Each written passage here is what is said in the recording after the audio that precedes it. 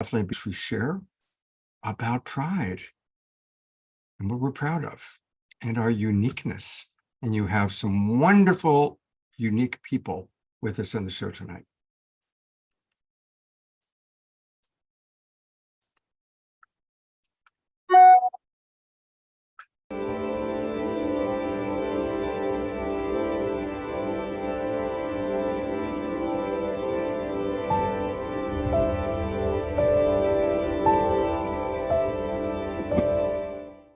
What if I were to suggest that you play a key role in the awakening world?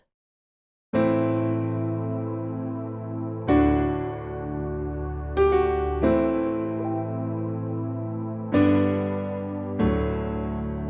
that you are watching this because you have heard the call.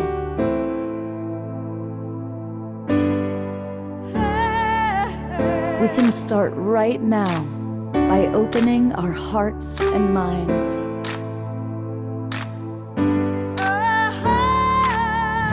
Welcome to the awakening world.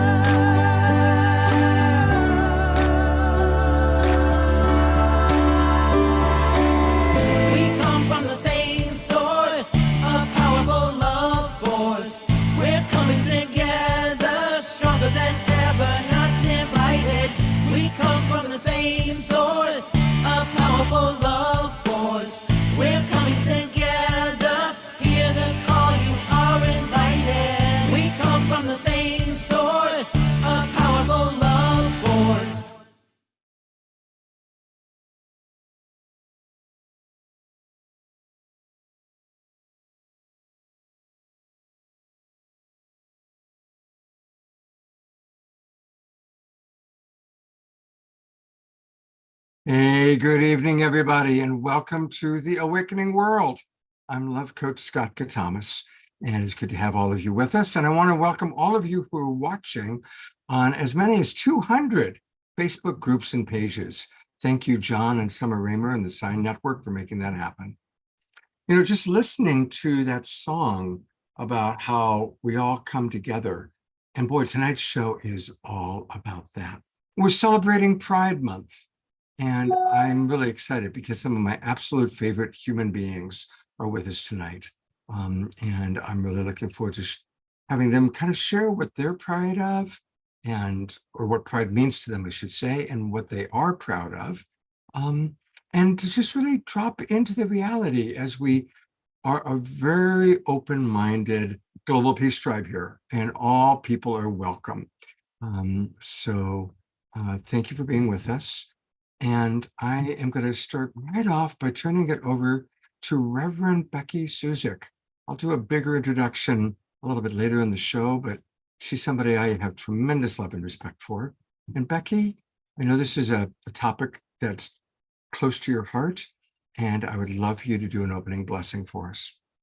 Thank you so much, Scott, and welcome everyone. If you have a candle or an electric candle nearby and it would bring you joy and affirmation, you're invited to light it with us right now.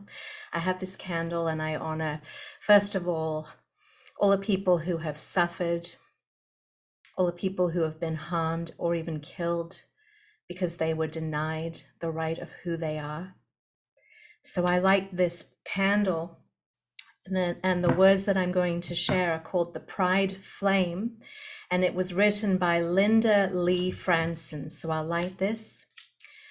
We light this flame to ignite our hearts and minds, the spark of knowledge that enlightens, the shimmering hope that burns, the blazing love that engulfs our actions, the bonfire of our commitment.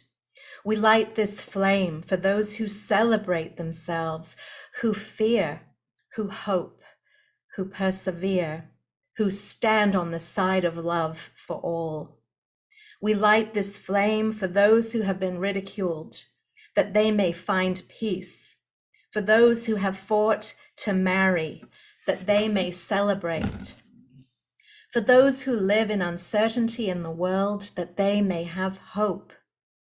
We light this flame to alight our commitment that no one shall ever again suffer for the right to love.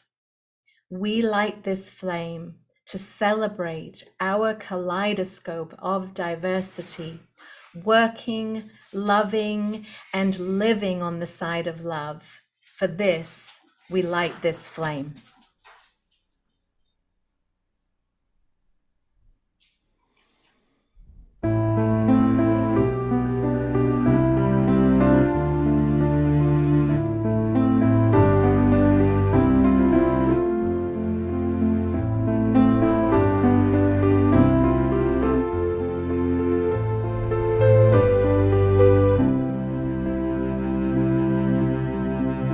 You with the sad eyes, don't be discouraged. Oh, I realize it's hard to take courage in a world full of people. You can lose sight of it all, and the darkness inside you makes you feel so small. But I see your true colors shining through, and that's why I love you. So don't be afraid to let them show your true colors. Your true colors are beautiful,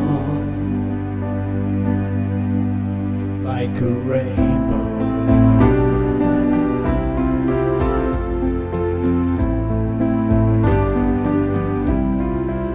Show me a smile then, and don't be unhappy. Can't remember when I last saw you laughing. If this world makes you crazy and you've taken all you can bear, then call me up, 'cause you know I'll be there. I see your true colors shining through. I see your true colors, and that's why I love you. So don't be afraid to let them show your true colors. Your true colors are beautiful, like the rainbow.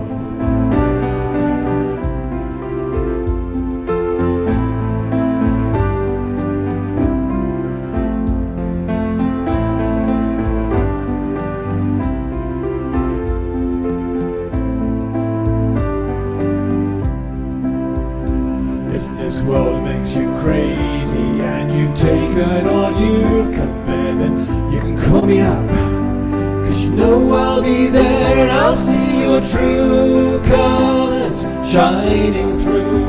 I'll see your true colors, and that's why I love you. So don't be afraid to let them show. I'll see your true colors. Your true colors are beautiful. I'll see your true colors shining through. I'll see your true colors, and that's why I love you. So don't be afraid to let them show. I'll see your true colors. Your true colors are beautiful, like the rainbow.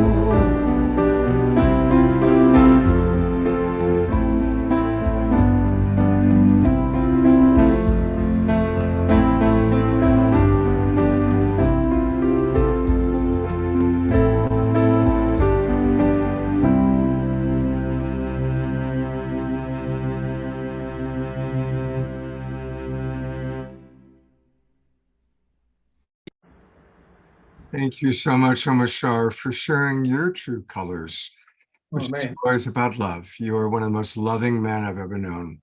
Thank you, brother. It's yeah, it takes a family of love to know a family of love, and here we are. Absolutely. All of a sudden, I realized I wanted to wear this shirt because it's got the the I bright know. colors. And Perfect. you were saying, I said, oh my God, I've got to change my shirt. So, Me too. um, well, I intentionally didn't put the spotlight on my co-host Trish because I wanted to have a little bit of fanfare because we all get to see a different side of our beloved co-host Trish. Welcome. Hi, everyone. Yeah, I've come on here a couple times as my male version, and I think that it's important for me to show up in what's most authentic all the time. I think some of you have heard some of the stories that I've told about, being a young child and like throwing a fit with my mom. Have you heard this story? I'll tell you anyway. Around, being, I don't know, 7 or 8 and just multiple fits of, I wasn't supposed to be a girl. This is unfair. And my mom going,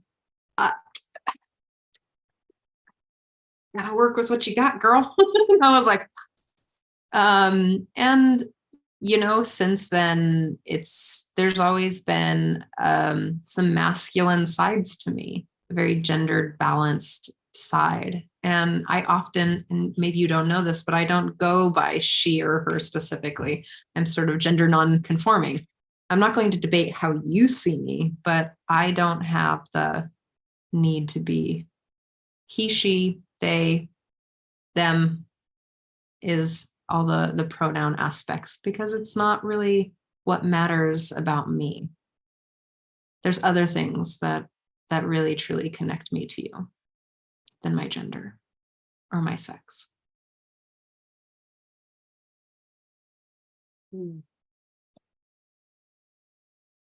I get to introduce one of my absolute favorite human beings of all time. She is someone I will love for the rest of my life. I had the good fortune to spend many years partnering with her, and she is fun. She knows how to have fun and pleasure, but it hasn't always been that way. And so I like to introduce Heart Ninja Emily. And welcome, Em. Thank you so much. The moment I knew we were doing this show, I was really hoping you'd be on the show with us. And then I saw your pictures on Facebook from the Pride Parade and Festival. And I was like, oh yeah, thank God Emily's going to be here. So, but I would love for you to share your story also. And you can go into a little bit more detail because a lot of people are still in various stages of coming out. Yeah, yeah, exactly. Yeah. I think what I want to say is, like, what does pride mean to me is, like, if you don't fit in the box of cisgender normative box, right? Or even the box of what is socially acceptable, and you are something of kind of out of the box, I consider that you're probably a part of the rainbow, right? And often being outside that box, you are faced with being like inflicted with more judgment and also not having equal rights. And I think that's why we have to stand together and be loud and out, so accept people that don't feel safe to come out, because the reality is we are a minority and we are a marginalized community. And it's important for us to be able to be like, hey, there are not equal health rights, right? For like people on, in the trans community, like there are not equal rights for marriage rights. There are these things that we need to understand, like we don't have equal rights and that's why I think it's important for us to be out and loud and proud.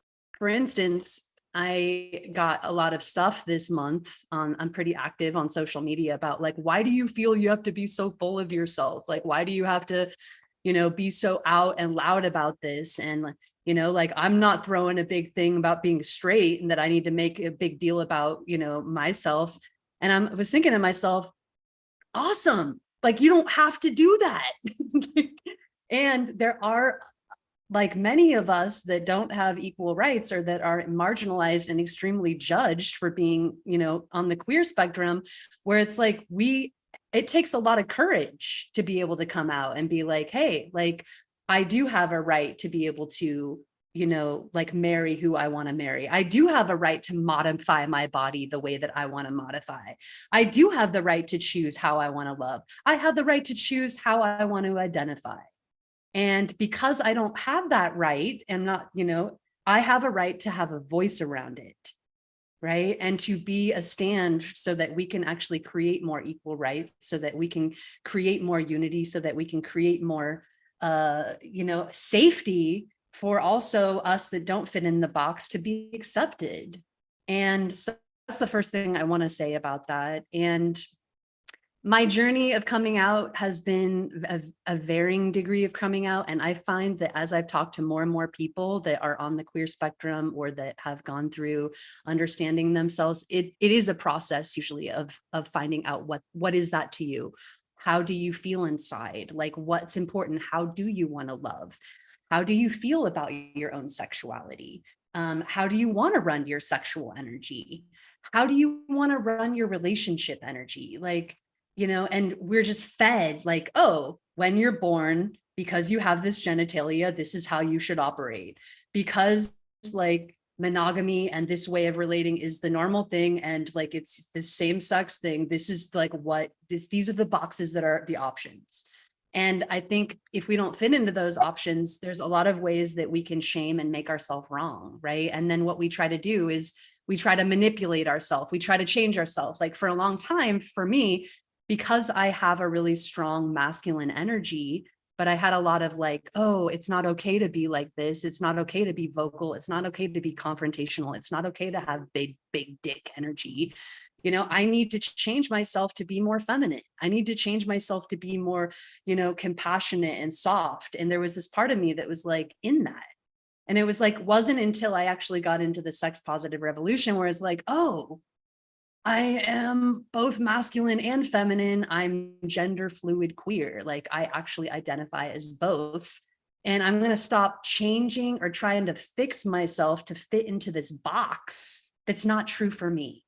And once I really got that, and I was like, oh, and also this whole, I grew up like from a very young age playing with women, with girls, like as a young child, like it was really normal until I was shamed by my brother, you know, and it was one of the most loving relationships I had a secret hidden relationship with a woman for a year.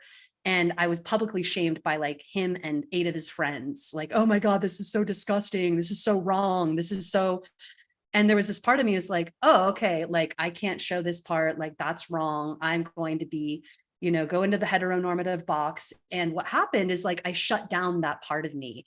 And the way it started coming out is I would be extremely judgmental to women. And it wasn't until I actually looked at the reason I had so much judgment was because I was repressing my own sexuality. And once I really got that, and I was like, oh, I'm actually like I'm not only bisexual, I'm pansexual, which means I relate and have sexual arousal and feelings to people beyond their gender. It's more about relating to their being. But it was a big piece to actually embrace, like, I also am bisexual. And once I really embraced that, it was like all my judgment around all the repression that I had around that it wasn't okay to run my sexual energy that way. It really was a huge liberation in really coming into my empowered feminine, but also like my love of women. So that was a big part of also like embracing my journey. And then, yeah, being able to go, yeah, I'm not just feminine, I'm also masculine. And that can be, I'm on a spectrum, right? And sometimes I might want to dress up as masculine. Sometimes I want to, and people will often say like, I can't keep track of you, Emily, like some of you're in pigtails and then you're like wearing suits and like, what? Like, and it's like, yeah, I can't keep track of myself either. I'm kind of everything. And it's like, there's a lot of ways that my energy wants to express. And by embracing the full spectrality of myself, like that means I feel more in my own power. You know, that might not work for you, but ultimately I feel that that's what we're giving permission to. Like pride is like, I get to be a stand for my truth, what works for me, how I want to run my sexual energy, how I want to identify, and how I want to show up and cultivate and create the relationships that I want. Mm, And that's where it's like we all have a right to choose. mm. Emily, thank you so much. And we're going to hear more from Emily for sure. I'm wondering, would you be willing to introduce your friend Katerina? Because we're going to call on her next, and I thought it might be fun for you to kind of tell us a little bit about her. Katerina, well, I've only met Katerina once, and I met her at a party with a good friend, Kamala Devi. And immediately the first, we were already naked and in the hot tub together. And so basically very just sex positive, open. And I actually started getting to know her more from afar by seeing her as a public, voice for growth, and also for, being, vocal and loud and out about who she is, and being very pro-queer, also polyamorous. And so I was like, wow, this is a beautiful, incredible soul. And the more that I felt her coming out and being a voice for who she is, she was inspiring me to be like, wow, I'm safe to come out more, even myself. And I think that's where I want to really say is this is not about being coming out and trying to be full of ourselves. And I get that judgment a lot. It's just, you're just trying to get validation, or you're just trying to what this is about, giving a voice that, yeah, we are different and we have a right to shine and be included and belong here, and that that's powerful. And, by us coming out, it's not just about ourselves. It's we are giving a permission slip to the rest of the people out there that feel marginalized or ashamed of who they are, that they can feel that they belong to. So Katerina, thank you for inspiring me. And I want to hear more about your journey coming out, and thank you. Well, thank you, Emily. Thank you, Emily. I could almost say ditto to almost everything you said in your talk. I was just thinking, wow, it's so similar in so many ways. And it's been a journey, I used to live and identify as a man who was pretty repressed and really didn't share much of myself with the outside world. I was really quite withdrawn and shy and very introverted. You wouldn't catch me singing in public or anything like that.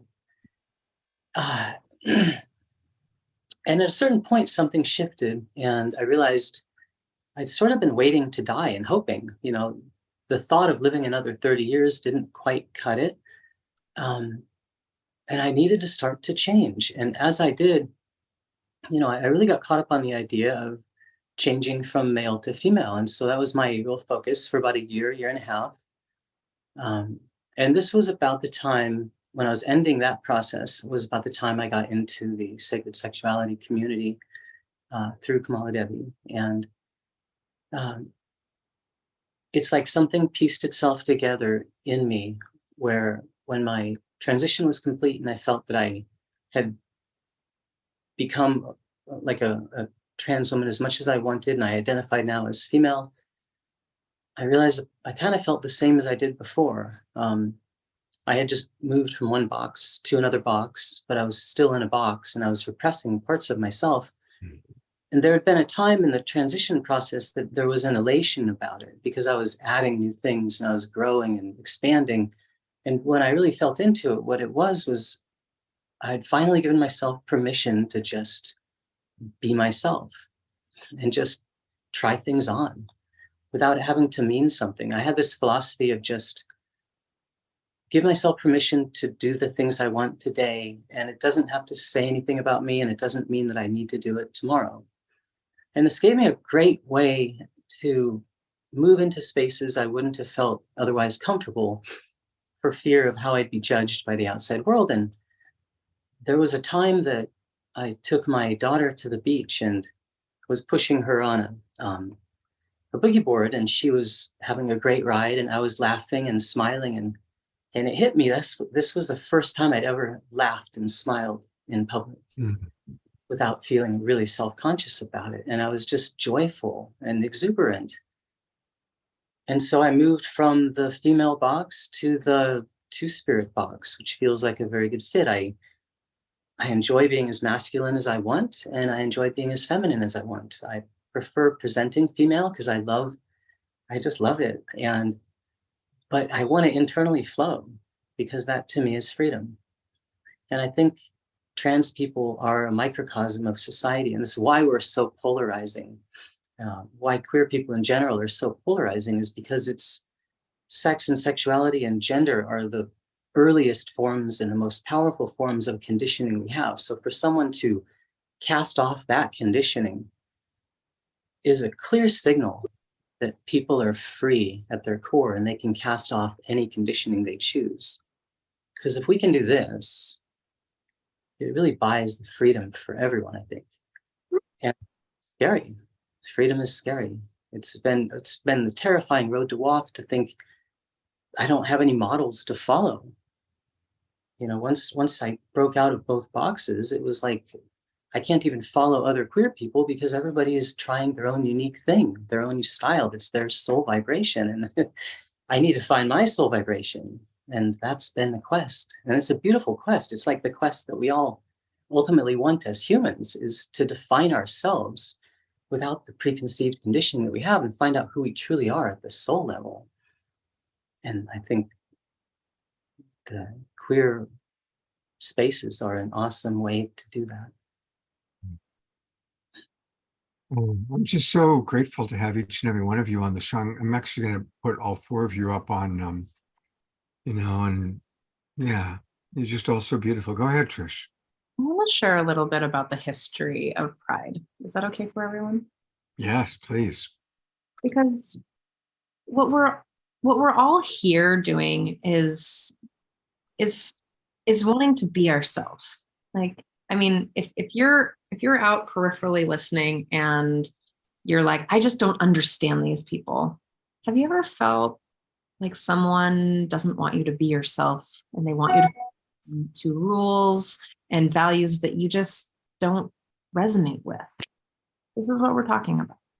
It's like there is a deep place inside of us that we just want to express what's truly authentic and in integrity to the core of our being. Truly, whatever that looks like, whatever that feels like. So in 1969, there was a gay bar in New York City, and the mob owned it, and they were kind of controlling the scene.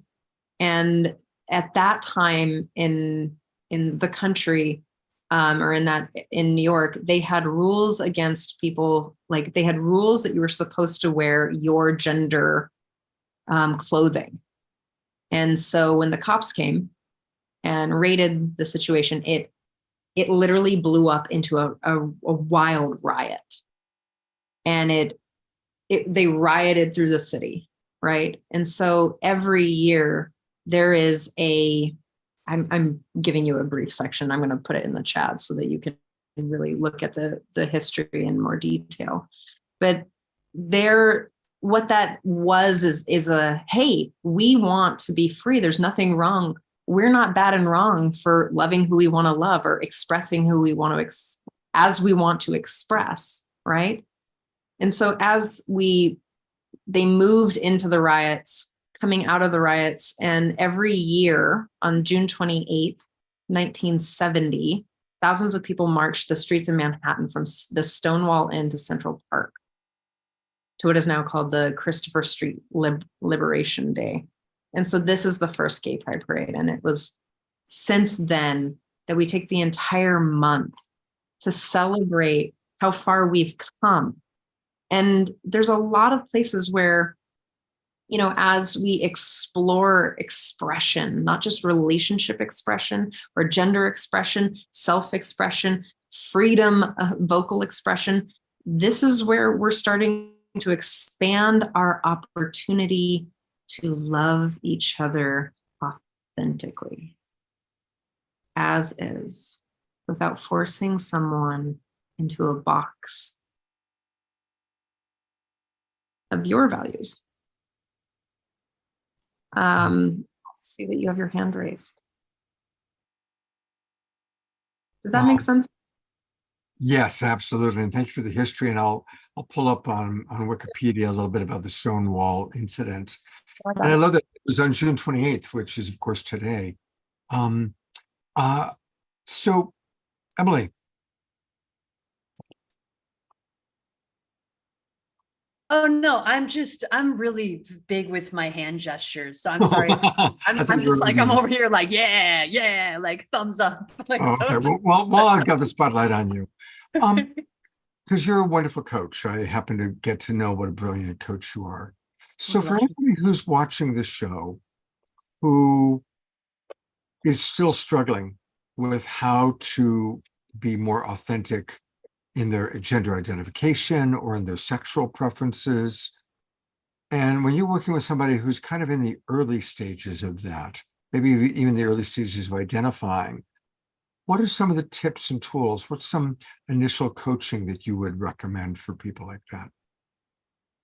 well, to create safe spaces to feel that they can start to express their authenticity around their feelings and what's coming up for them as they start to explore their own life force energy and their own arousal and their own experience of life force energy that's moving through them.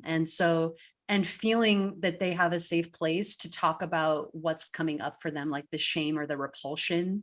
There's a lot of like, oh, I'm feeling this part of me coming up and I'm super aroused in this way. And then yet my conditioning is telling me this, that it's not okay. And now like I'm repressing that part. So basically unpacking the diversity of the multitude of aspects that are going on within self, having a safe place where you can have someone to help usher you through that experience.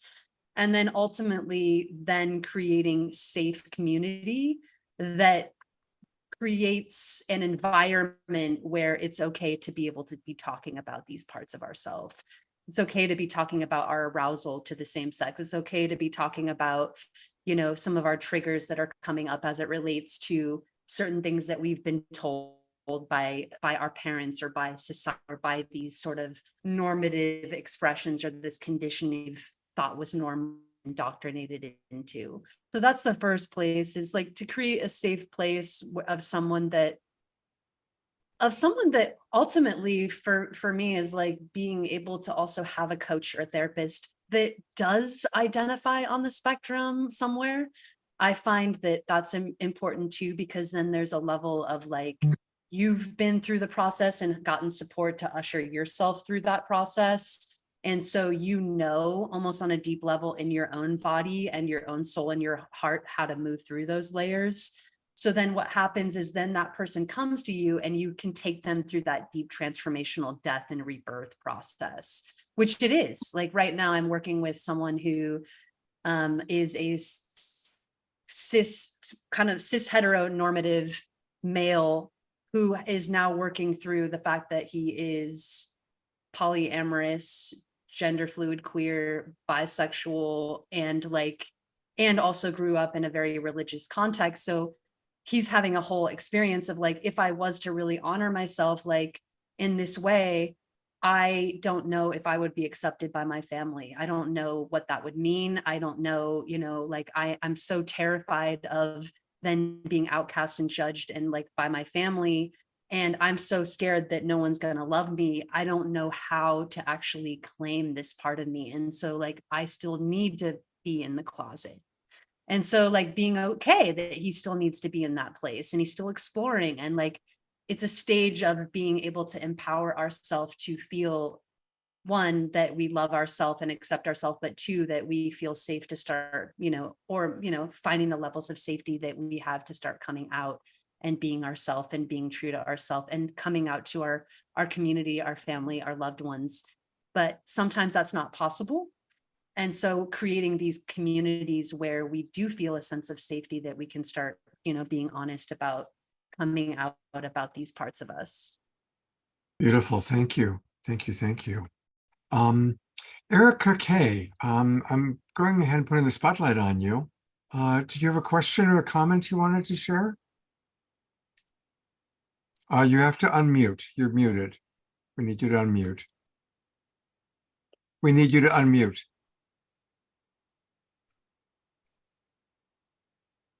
Okay, now can you hear me? We sure can. Welcome. Thank you. Hi, Becky. Anyway, I thought it would be very important for the beautiful young people that are here tonight expressing themselves.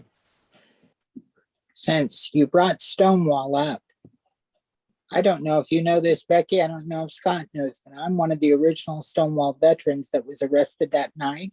Oh, wow. I was there celebrating my first birthday as Erica.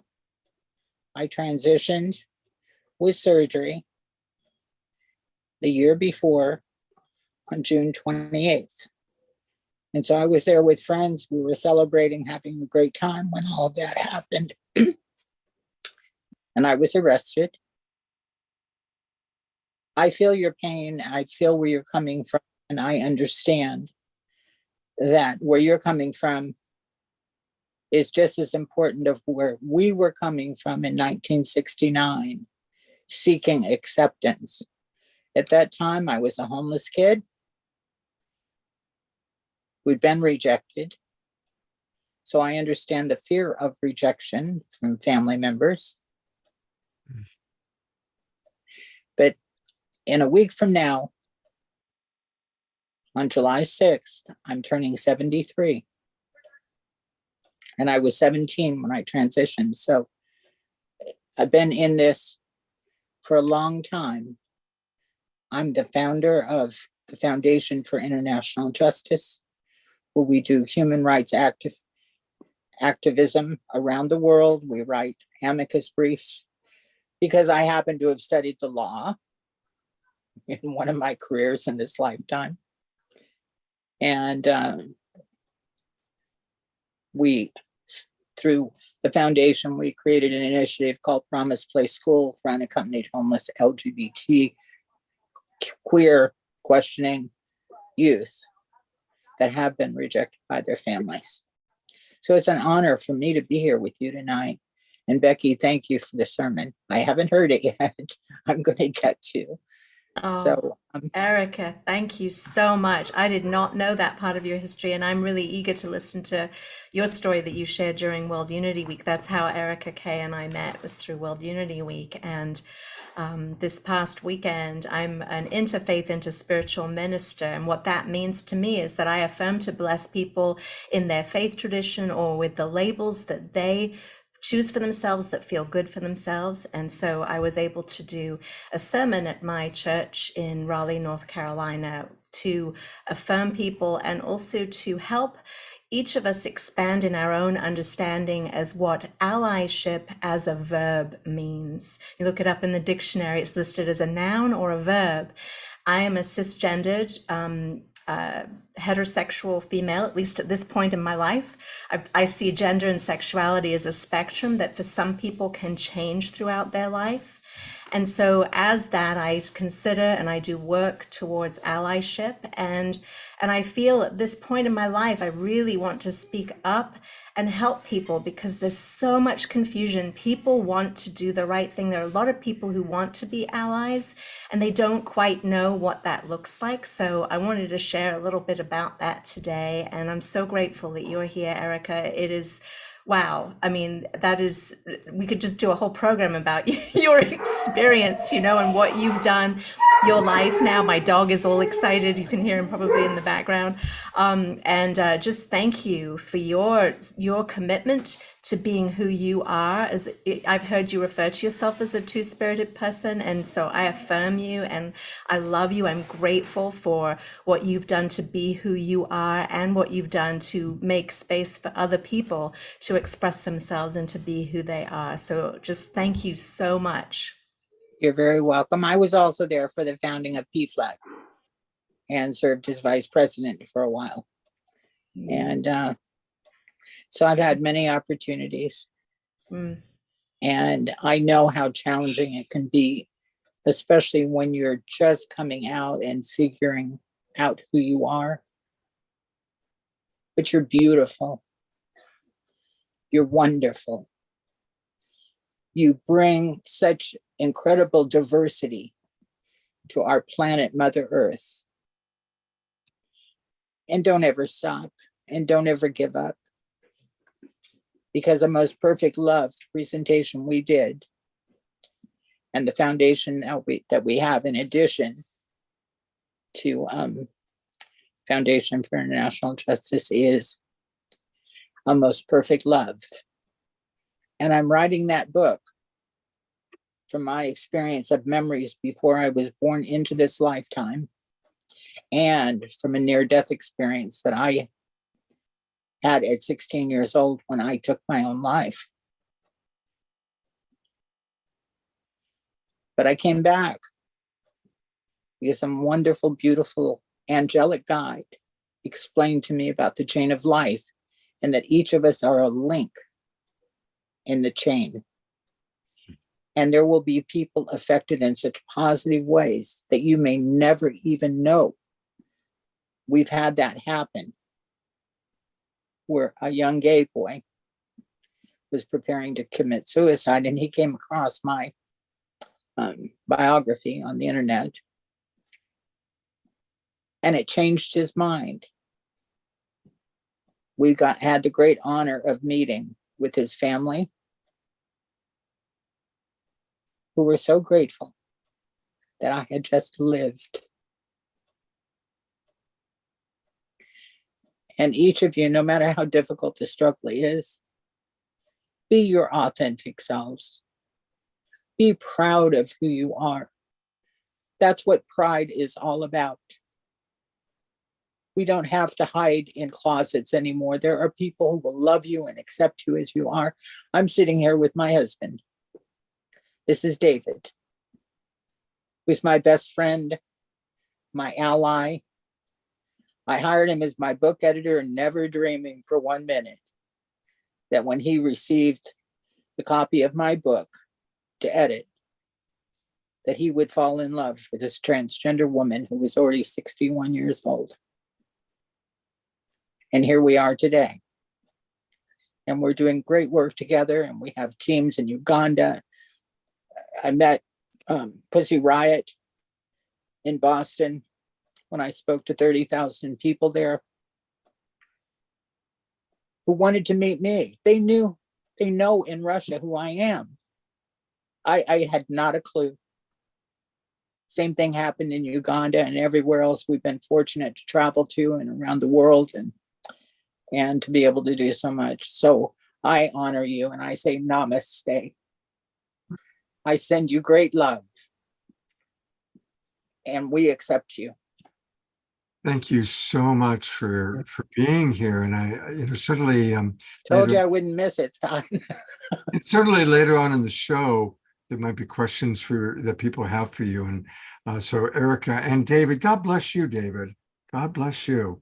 It's beautiful to have you both with us, and what a wonderful addition to our lovely show. And just a reminder for everybody, we are going to take questions, and we want to hear from some of you. So some of you are beginning to put comments in chat box, your thoughts, your comments, what pride means to you, questions for our friends here. And I'm going to go back to Reverend Becky to see if there's more you want to say about allyship. Yes, there was a really incredible article from Harvard Business Review that interviewed 109 LGBTQIA plus identified people to share what it meant to them for people being a good ally.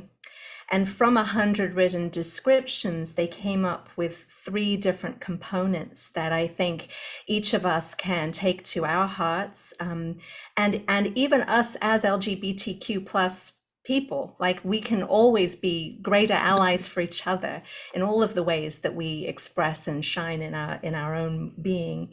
And the first component was to be accepted. For example, their allies are people who make other people feel safe and supported. And second is to take action, is to potentially advocate for the group. Right now, we're dealing with many different states that are undoing or passing new laws that are oppressing transgender people's rights, marriage rights, and it's just all over the country. There's a lot of things that are changing for the negative and oppression.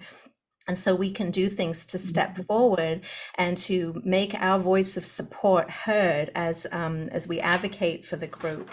And additionally, the third component is to have humility, and that we be good listeners, and that we are open to correction, and that we're willing to learn. There's a beautiful person in our community who taught me so much by my simple willingness to ask them a question. I was asked to introduce this beautiful poet that we have in our community to our in a program. And I got their biography, and I said, "What pronouns do you go by?" And they messaged me back and said, "I've never been asked that question before. Thank you. I go by they, them pronouns." And it taught me a valuable lesson. I could have made assumptions in this Zoom room based on what I saw them to be, what I thought they to be, and made an assumption. And then I would have blocked the beauty of this beautiful poet. And I talked with A. Marie B. Thomas Brown about this earlier today with their blessing. And I know how to say I'm sorry. When my assumption kicks in, I'm a human being and I make mistakes. And I am committed to getting this blessed and right for people if somebody tells me their pronouns. And I'm not sure if they are still in the room, but A. Marie and I have a beautiful friendship, and they respect me and I respect them. And I'm just so grateful to their beautiful heart and the way I've learned just by asking that question. And I know a lot of people find it difficult to even say that, but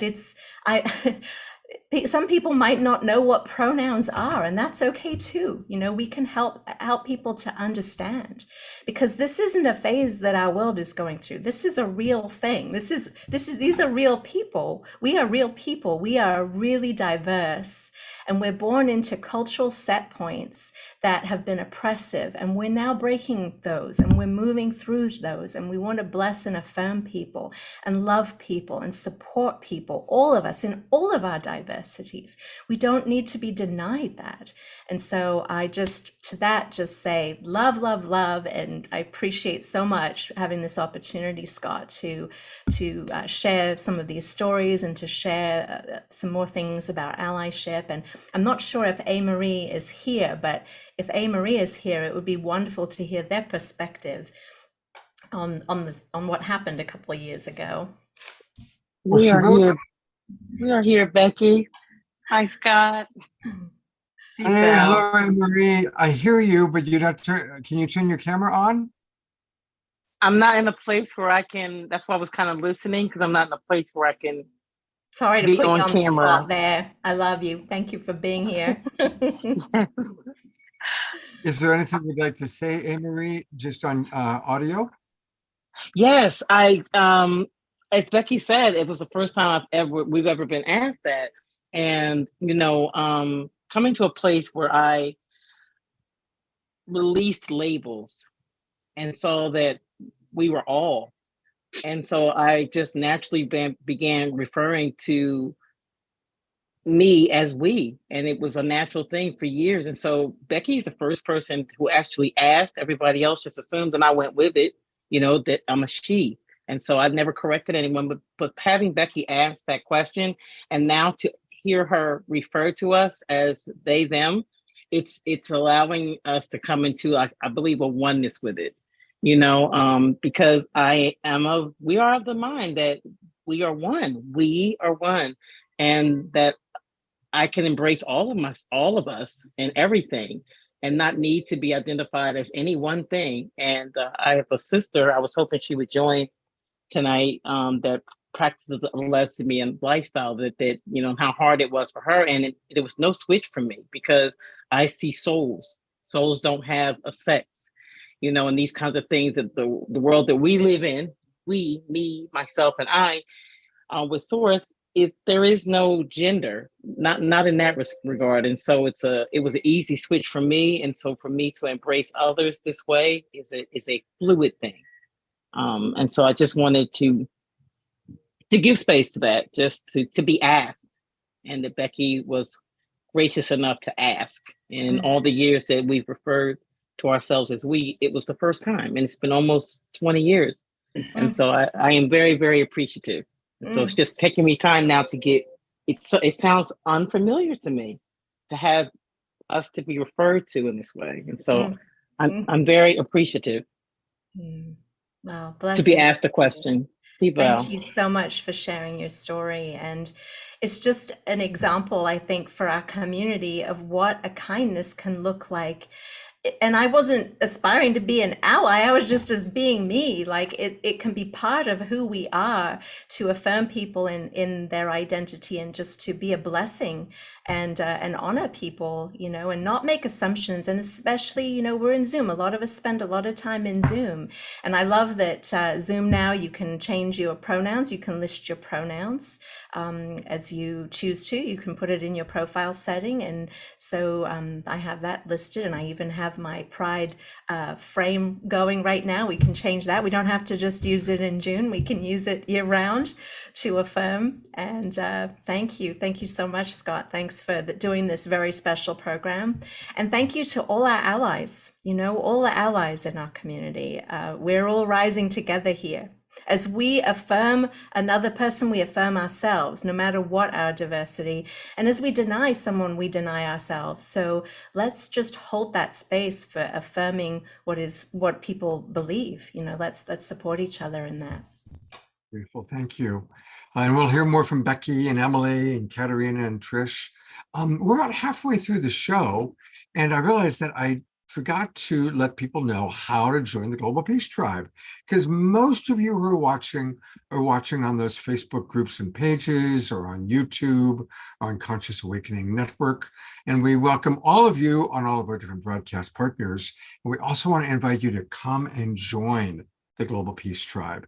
It's really easy to do that. Just go to globalpeacetribe.com, globalpeacetribe.com, and you can learn all about all the different things we do. Send a little email there or give us your name and email address, and you'll get a free book. And it's a great book all about activating your soul tribe. And come and join us. And all you got to do is click register for the new season. And this is great timing because our new season technically begins this weekend on Saturday, January 1st. So you'll get all the Zoom room links to all of our shows for the next 3 months, all the way through September 30th. We do 3 or more shows every week with all these wonderful hosts and guests talking about all sorts of different topics. So for example, last week, on Wednesday, we had a concert, a Kristen Hoffman concert. And then we were celebrating World Unity Week with the Awakening World. Has been collaborating all 4 years with World Unity Week. That's how I met our wonderful Reverend Becky, who's with us, was through World Unity Week. And I see a lot of people who are from World Unity Week with us. And then on Sunday, we had a very special show, and we do this periodically, where we bring in energy healers who did amazing healing work with some of our Zoom roomers. So come and join the Global Peace Tribe. There's still plenty of time. We're only about halfway through tonight's show. And when you register, you'll immediately get the links to all of our shows, including tonight. So please do join the Global Peace Tribe. And we also always have a lot of music and videos to kind of integrate. We bring in interesting, fascinating people. We hear from them, and then we dance and we move. And I'm going to play a video right now from one of my absolute favorite presenters. She's been on this show many, many times, and her name is Nina Gray. And I actually play this frequently because it's just a very, very beautiful video. It's called Love is Love. And of course, you'll in a moment see why it's so perfect for tonight.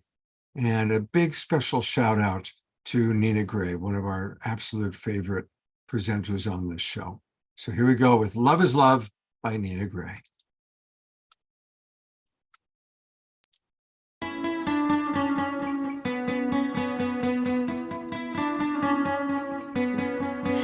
there a right way? Or can we get it wrong?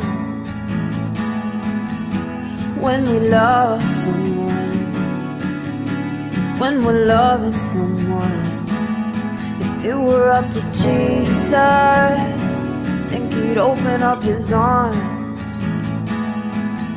to really love someone, to really love everyone. Love is what they say, ain't that what matters in the end anyway? Different colors and different lives, it's all the same on the inside. Love is what they say, ain't that what matters in the end anyway? Different colors and different lives, it's all the same on the inside. Oh,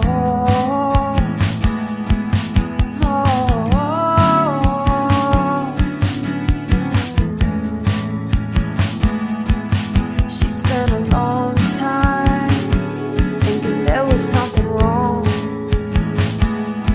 journaling at midnight, feeling so alone. He spent a lifetime playing out a role, denying attraction to the man he loved the most.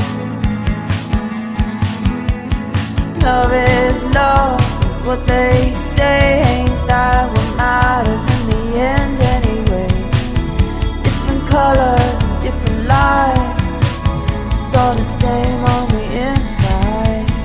Love is what they say, ain't that what matters in the end anyway? Different colors and different lives, it's all the same on the inside.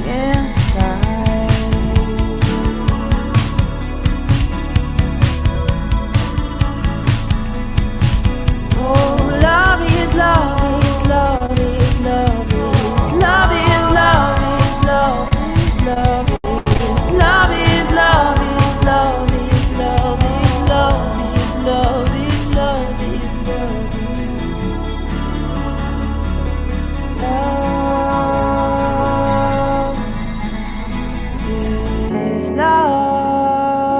Love is love.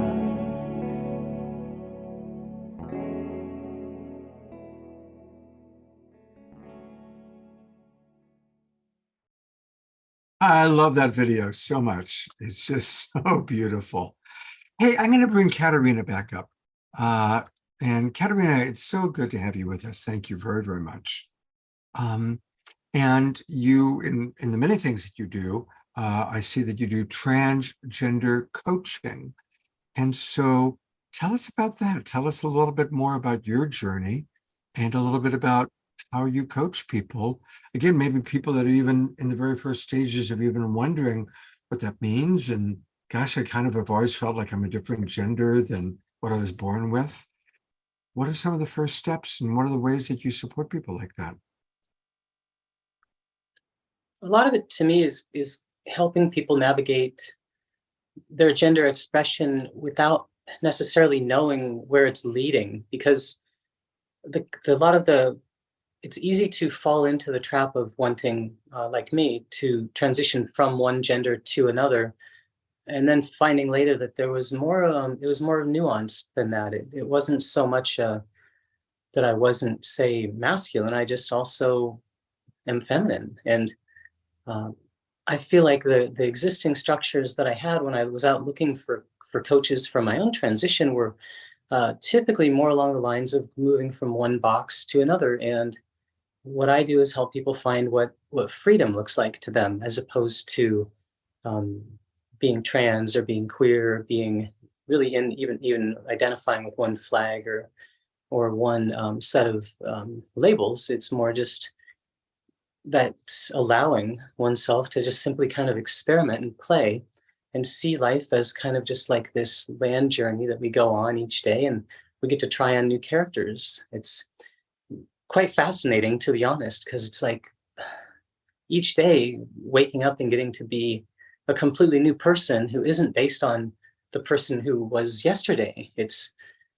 this huge elationary process of just getting to go out and play without having to define it. And so that's really what I offer people, is a safe place and a safe kind of like a mindset to offer that without having to judge it. You know, I mean, if someone had told me where I'd be 5 years from now, 5 years ago, I would have punched them in the face and run the other direction. I mean, it would not have been my choice necessarily back then, with the mindset I had, to become this kind of very queer, very pan, very poly, very sex positive, really open, loving person. It's just super spiritual, you know. But I'm happy, you know. It's like, that is the freedom that I want people to have, is that feeling of just like, God, life can be so beautiful. And why not? I mean, just that feeling of just, it may be that people don't need to manifest anything externally. I think for myself, I focused a lot on the externalities of my transition. And a lot of what I help people work through is, you know, maybe their life situation doesn't allow them to fully come out visibly to everybody, but that doesn't prevent them from feeling the way that they are inside as to be their authentic self. You know, that feeling of having, like for me, the masculine and feminine move within me. It's like some kind of metal that moves like liquid in me, and I can just feel it flowing. And it's like I can meet any circumstance in life with the life force moving inside me at this moment. And if that turns out to be a masculine energy, that's great. I don't need to judge it. I just get to embody the energy that wants to emerge as life is going on. So that transition to freedom, yeah, is how I think of it. Beautiful. I'm going to bring up Emily and Trish. And I've got a question that any of you could answer. And that is, how do you manage really embracing your freedom, embracing your truth, and family members or close friends that you love who are freaked out or in judgment, or really, you know, thinking that there's something wrong with you? We've gotten a couple people asking about that. How do you manage even well-intentioned friends and family makers? Trish. I always connect from empathy. So I ask them, well, tell me about what it is for you that's freaking you out. Something you taught me, Scott, is to lead with curiosity and to lead with empathy and compassion. And it's like, yeah, like, and oftentimes my expression causes them to fear about my life and my future, is one way. And then the other way is that it asks them, it doesn't ask them, it kind of forces them to look at their own identity and the places that they haven't really reconciled where they've loved themselves. This is my experience, right? Of the people in my family. And in some ways they don't, like, a lot of my family don't quite understand who I am or why I'm the way that I am. And you know what? I resonate with people here in California, and then there's like people who reach out to me, and guess what? They're my family. And those people I know that I can call on when I'm like, nobody wants to talk to me when I put my mustache on, and I want to be talked to, you know, and I want to embrace those things, or I want to be, you know, or I get to have a more diverse experience in the world that's not just limited to the white Anglo-Saxon Protestant Montana viewpoint that thinks that love is control. And so I always come from curiosity and from understanding what they're afraid of, or what they need. Like, what is it that it touches inside of you? And how can I work with you? And do you know what oftentimes it comes to?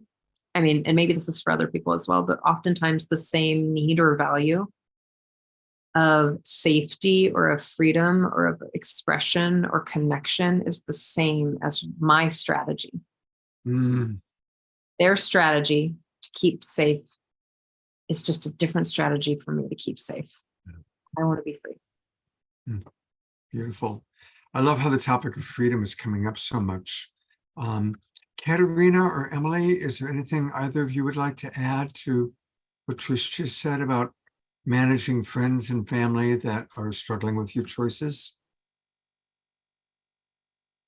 For myself, it's simply been, I can only come in with love, and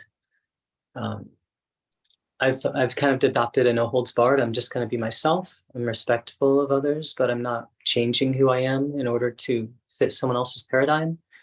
And I have lost some, not necessarily lost, but maybe the connections feel a little different, you know, in a few instances. And I can't imagine going back on myself in order to regain that. You know, just, it's unfortunate. And it shows us just how much we need a world with greater acceptance. We shouldn't have to lose those we love in order to be ourselves. That's not an acceptable choice for a human to have to make. Thank you, Katerina. Emily? Yeah, I'm really, really feeling that. I'm noticing some tears come up for me. And I think where it comes down to it is really cultivating the community of people that are more open and curious and empathic and embrace all, perspectives, walks of life, and they want to lean in and learn and grow, and having these communities and safe places where we can learn and grow from one another and feel safe to be in our authentic expression. And this has been really challenging for me on a personal level because my father is very Republican conservative and also very religious. Not to say that there are not people that are that maybe are, also open-minded. And right now my brother's son is going from he to her, 16, and my dad is very judgmental around the whole trans topic. And so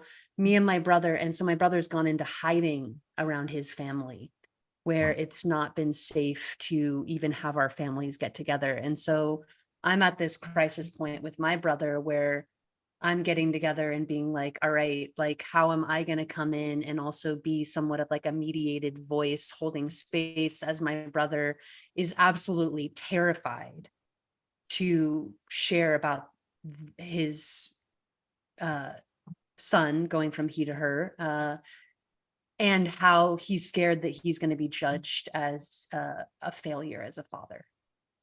And I'm in that space with my family right now. And I came out to my father like maybe 6-7 years ago and got a lot of judgment of being like, why are you so full of yourself? All you care about is these kinds of things you keep to yourself. You don't need to come out and share these things. Like, why do you have to make this a big deal? And kind of like all these, again, judgments. And it's like really that whole thing of like still not doing the old thing of like then feeling that I have to hide myself in order to get my father's approval. But also seeing this part too of how, because of his judgment, that we've had to distance ourselves and how it has like separated our family.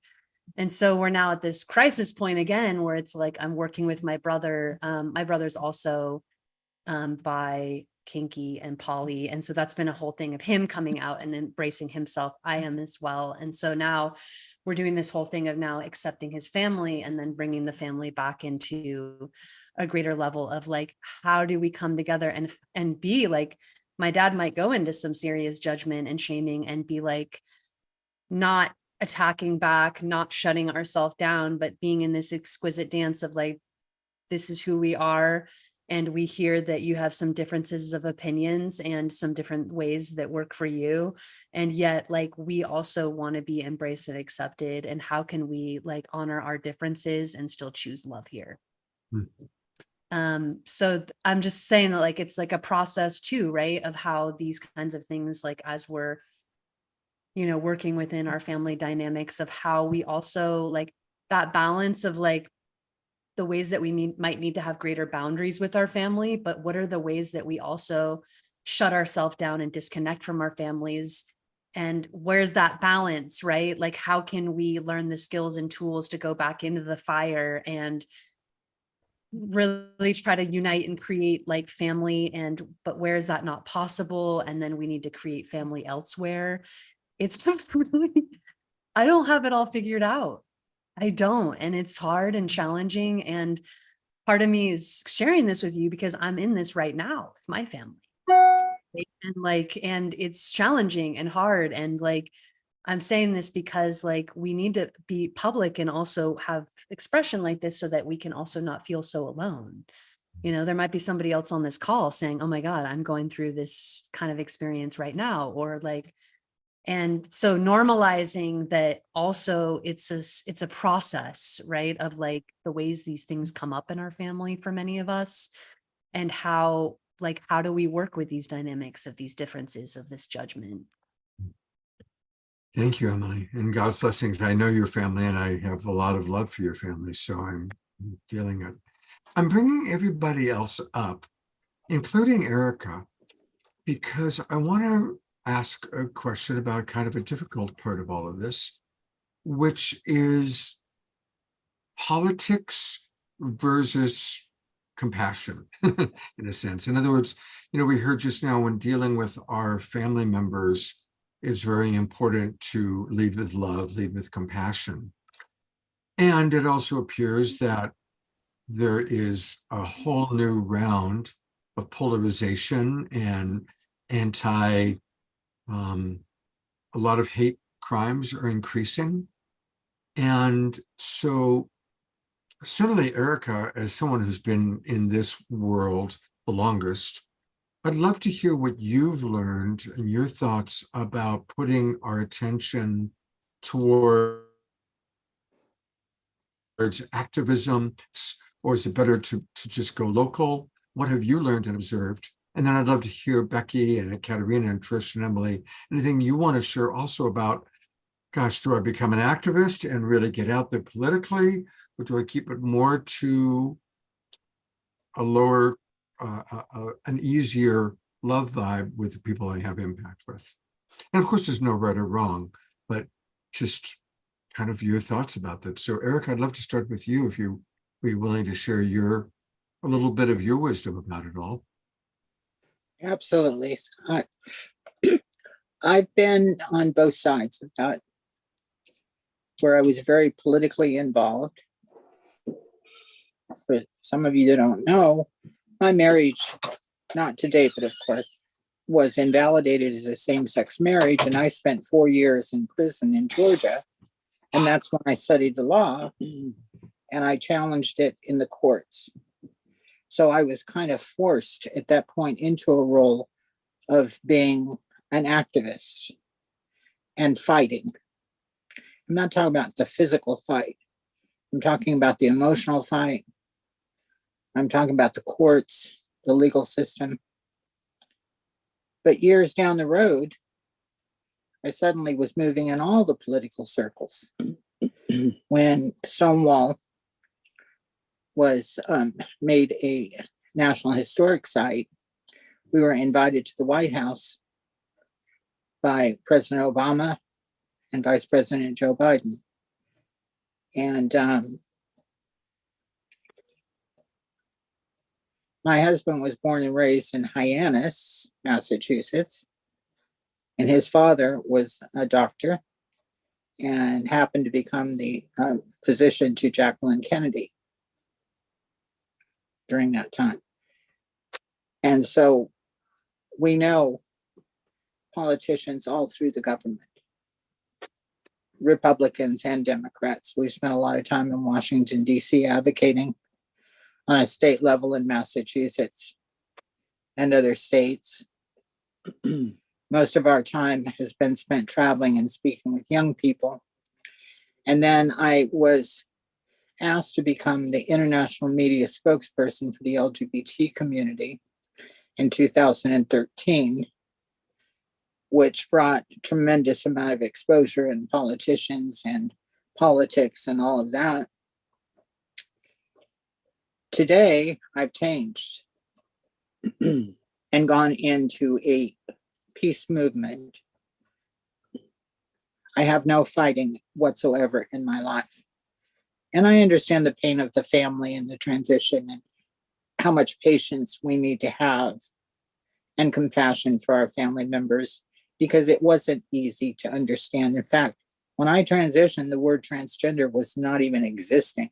Mm. It was drag queen or sex change. Mm. So times have evolved and times have changed. And there's been tremendous healing in my family. Before my father passed away, our bond healed. And my family has come to respect the human being that I am and the person that I am. And I also have a brother who's gay. We have transgender nieces and nephews, and gay, straight, pan, poly, all throughout the family. And we've learned to have tolerance for each other. So what I advise on activism, I'm going to advise you to follow your own hearts and your own minds and what feels as the right thing for you. Mhm. I'm not going to say I'm on my way out yet, but let's put it this way. At 73 years old, and may I give a shout out, Scott, to two dear friends that were also at Stonewall who are no longer with us, but we honor them every year at this time. Marsha P. Johnson and Sylvia Rivera. When we didn't have money to get in the Stonewall Inn for the cover charge, we used to ride the bus and party together and spend time together. So I knew them. We all knew each other. And they were great leaders. Marsha was not a fighter, but Sylvia sure was. Marsha was the gentle and the loving. So I've seen both sides of that. I just choose to move into a different path now, after many years of studying world religions. And when I'm asked today, what is my religion? I say it's the one that does not divide. Mm. Beautiful. The one that brings us together. And I found that, and I found acceptance throughout the world. I'm out publicly. Sometimes I would have said to you, it would have been much easier if I had just stayed in the closet, but no, because I couldn't be who I really am. I couldn't be my authentic self. And being my authentic self has helped pave the way for the freedoms.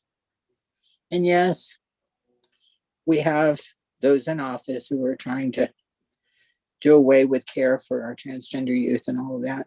But you know, we've been very busy in the background. And we now have federal judges just in the last month or so who are overturning the bans on transgender youth care. Good.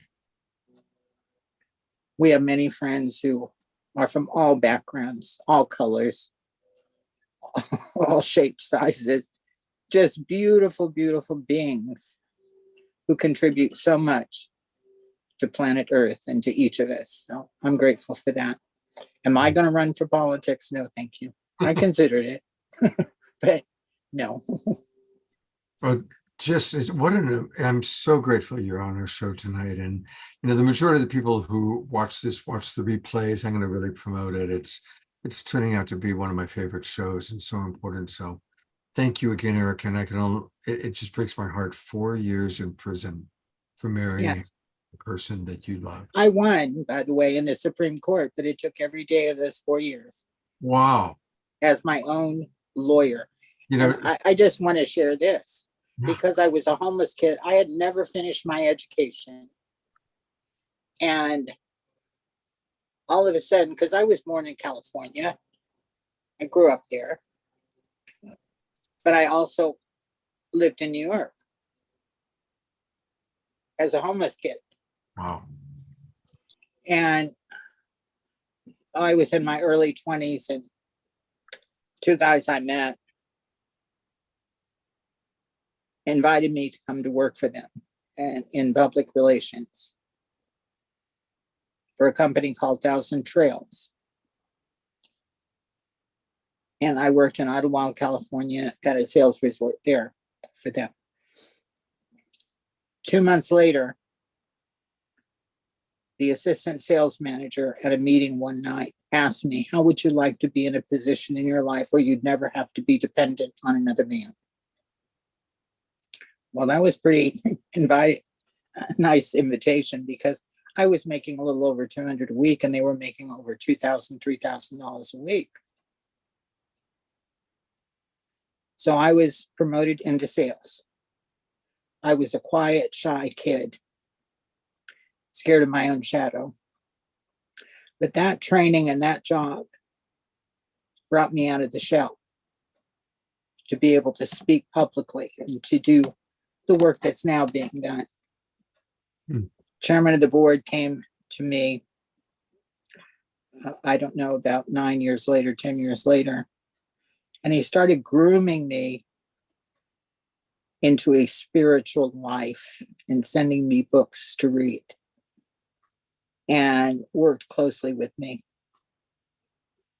and started me on the spiritual path I'm on now. His name is James Jensen. And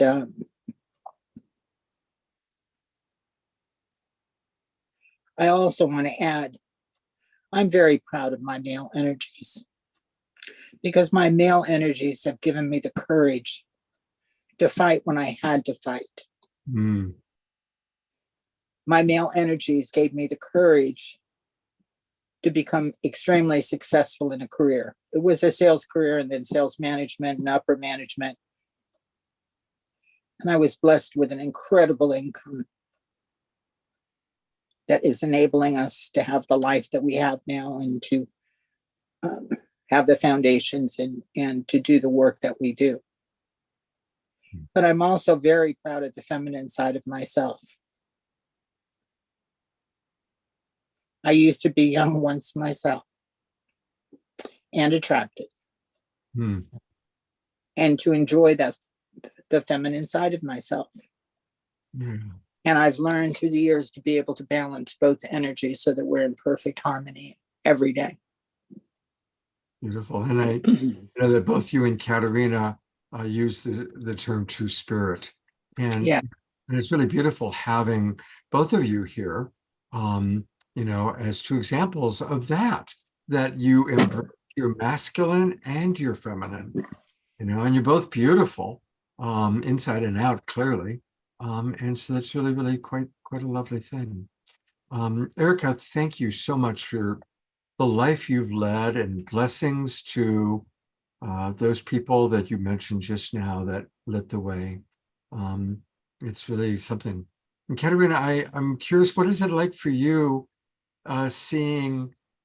meeting Erica in this way? What, this kind of a spontaneous, what is this like for you to look into the reflection of Erica in her life? It's interesting, especially in that I had earlier said that on this path, it can be very lonely, in the sense that we don't necessarily have models that we can follow, because it's a journey of self-discovery. But then to meet someone when I meet someone whose discoveries are so similar to mine, and they describe them as though I'm listening to myself talk, it's really serendipitous and really cool. It's really fun. And very inspirational, because the life that Emily has led is much like what I see my dharma or my path to be more of a spokesperson, and to be putting myself out there. And I recently was at a retreat, and in the void, I was doing a meditation, and I asked my soul, what can I do for you? And it just said, put me in front of people, as many as you can, and show up and be of service. And so having someone here who has done that bravely and graciously and successfully, as someone to hold as inspiration and proof that it can be done, is beautiful. Thank you. And thank you. Just one quick word there.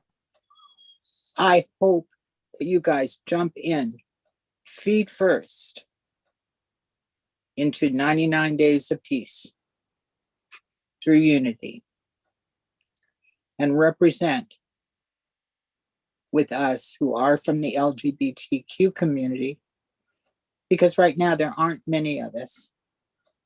And I would love to see that grow. So that's an invitation. I don't know how Scott found you, but I'm sure glad he did this show. There is just a beautiful force that brings these shows together in most magical ways. Trish, I want to give you a moment because I know I'm imagining that you're having some strong emotions and feelings about what's taking place tonight. My heart just feels like it's breaking open. And your family members. Yeah. You know, just just some weird Montana kid wanting to be whoever they are, meeting people who are being themselves. And it's like, it's kind of like, do you want to be my friend? You know, it just feels really good. You know what I mean? It feels really good to feel so heart connected and to see really brave and courageous people doing what's in their heart. And what I mean by courage is that they know, like, we know that when we put ourselves out there, the danger that comes with that. Like, and that's the thing, right? Is that bravery, you're just kind of oblivious, like, oh yeah, it might be dangerous. But courage, you're stepping in and you're choosing. So it feels really up because it just feels really real to express. You know, I don't want to be forced into the gender role of female because it doesn't feel right. And I don't want to be specifically forced into the masculine role because it doesn't feel right. I just sometimes I look in the mirror, Scott, and I'm like, holy crap. Oh yeah, you look like that. Like, I don't see myself that way. But I'm far too lazy to do anything else about it other than let it grow and like wear things that feel right today. You know what I mean? Yeah. So it just feels right. Yeah. And I'm so honored to hear your stories and that you're courageous and that you're here and that you're choosing to be here. Like, it's like all of you, like each and every one of you, even the people asking chat, trying to understand, trying to find connection. Like, this is family.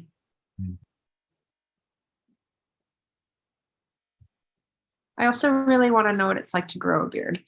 Like, I don't know what that feels like. It feels good. It's like, yeah, I like my beard. But you got to snip it, and you know, Emily was the best. Like, my favorite part of our relationship was when she would trim my beard for me. I miss Emily. I really do. Becky, I'd love for you to share, since they brought up about 99 Days of Unity. I'm gonna put the spotlight on you. I'm gonna pin you, actually. Tell us about 99 Days of Unity and what that's all about, because it's starting right now. Yes, so what we are doing, some of you may know about World Unity Week that just happened, and that launched our 99 Days of Peace through Unity that will take us through Peace Weekend that goes past the International Day of Peace in September through, I think it's the 23rd of September. And so we're inviting people to hold a mission. And right now we are, as to my knowledge, we're missing a mission around LGBTQIA plus matters, you know, and it would be really incredible if those on the call here who are the guests want to collaborate and presence and come up with a mission together that we could support each other as people who are members of the LGBTQ community and allies, that we could increase visibility for this work, and what we're doing, and what allyship looks like. And I do have to say, all of these questions in the chat, it's so wonderful that you all are risking yourself to ask these questions and don't feel like, is this a silly question or anything? It's really hard, and we are all learning. I'm learning, we're all learning how to do that. And so if you go to worldunityweek.org/participate, you can express a mission there. And maybe we could, have another meeting, a smaller group of us, to come up with what that mission could be. And then over these days, we could share, additional programs, or, maybe there's some way that we can have a spotlight or something. And then on Peace Week, during Peace Week, then people can reflect on what happened over the 99 days. So it's something to consider. We have a mighty network, and there's hundreds of us there who are aspiring peace builders, many of us. And so it's a beautiful community, and really diverse. It's global. And so that's a little bit more about that, Scott. And just for everybody who is in the room or out there watching these beautiful, this program on the live streams on many Facebook pages, I wanted to share a couple of resources, because I think, as I continue to learn about my own gender identity, and where maybe there were things that were typecast in me, I've tried very hard not to do that to my own children. I have 2 young adult daughters and a younger son. And I've tried very hard not to buy into what gender norms should be, as I've mothered them, and as they've been my greatest teachers, really. And so I wanted to share and invite each of us to consider our own journey with our gender. There's a wonderful website called genderspectrum.org. And if you go there, you can say who you are and what you're interested in. There's a place where you can actually write about your own journey with your understanding of gender for yourself. And no matter how you feel, we've all had a relationship with our gender, whether it was something that was put upon us, or whether it was something that we have grown into in a different understanding of what was put upon us. And so I have this wonderful teacher from my school named Reverend Deb Berman, and I hope towards the end of the program I'd be able to share a closing affirmation that she wrote.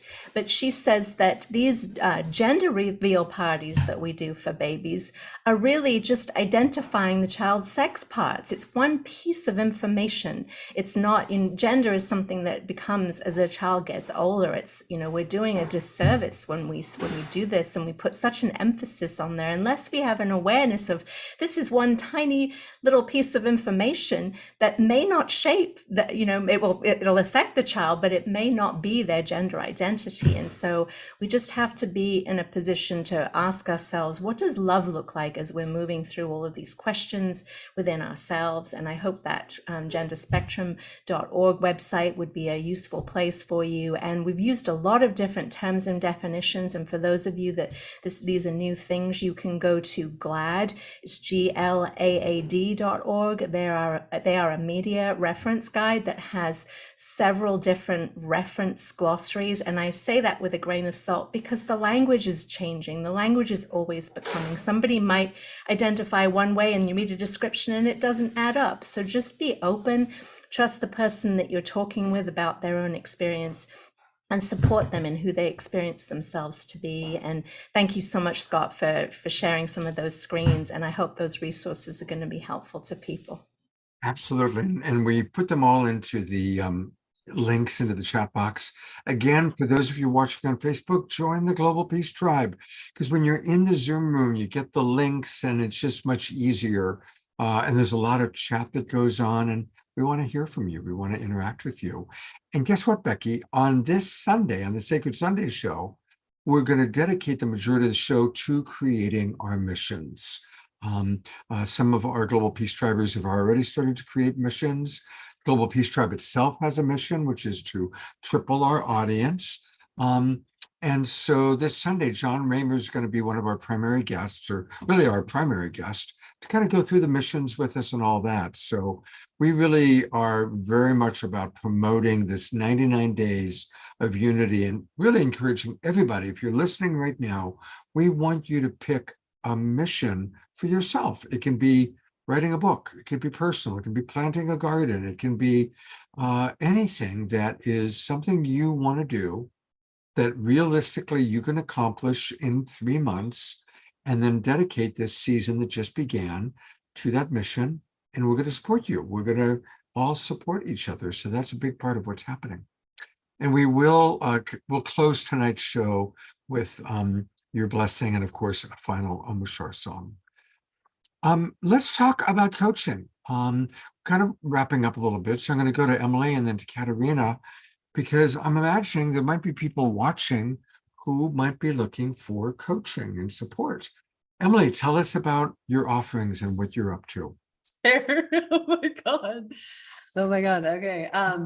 Well, first off, I wanted to say to Erica, thank you so much. It is such a privilege to be here in the arms of an elder, in the arms of someone that has been walking the path for so many years, in coming out when you did. And it was just like, I can only imagine how much courage, how much strength, how much perseverance, how much challenge, and like how you have paved the way for us to be able to come out.